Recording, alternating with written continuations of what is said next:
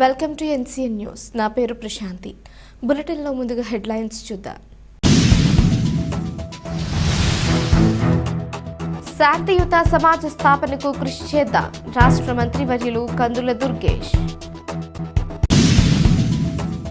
క్రైస్తవ సోదరులకు రాష్ట్ర మంత్రివర్యులు కందుల దుర్గేష్ క్రిస్మస్ శుభాకాంక్షలు తెలిపారు. ప్రేమ కరుణకు ప్రతీకగా నిలిచిన యేసుప్రభువు ఆశించిన శాంతియుత సమాజ స్థాపనకు కృషి చేద్దామని మంత్రి దుర్గేష్ పిలుపునిచ్చారు. ఈ సందర్భంగా ప్రపంచ మానవాళికి శాంతియుతమైన ప్రేమపూర్వకమైన జీవన మార్గాన్ని ఉపదేశించి సమాజాన్ని సంస్కరించిన యుగకర్త యేసుప్రభువు అన్నారు.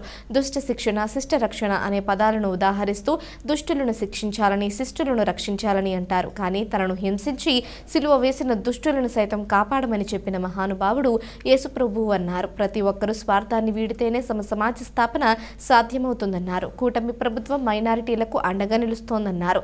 ఈ సందర్భంగా ప్రజలందరికీ మంత్రి కందుల దుర్గేష్ క్రిస్మస్ శుభాకాంక్షలు తెలిపారు. క్రైస్తవ సోదర సోదరీమణులందరికీ కూడా happy Christmas.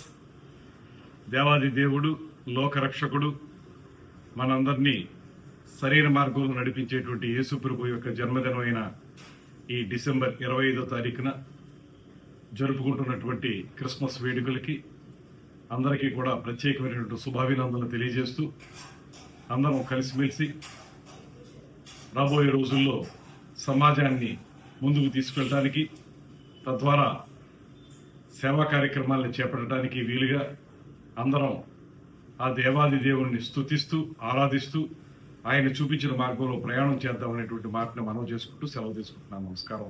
Happy Christmas. Merry Christmas.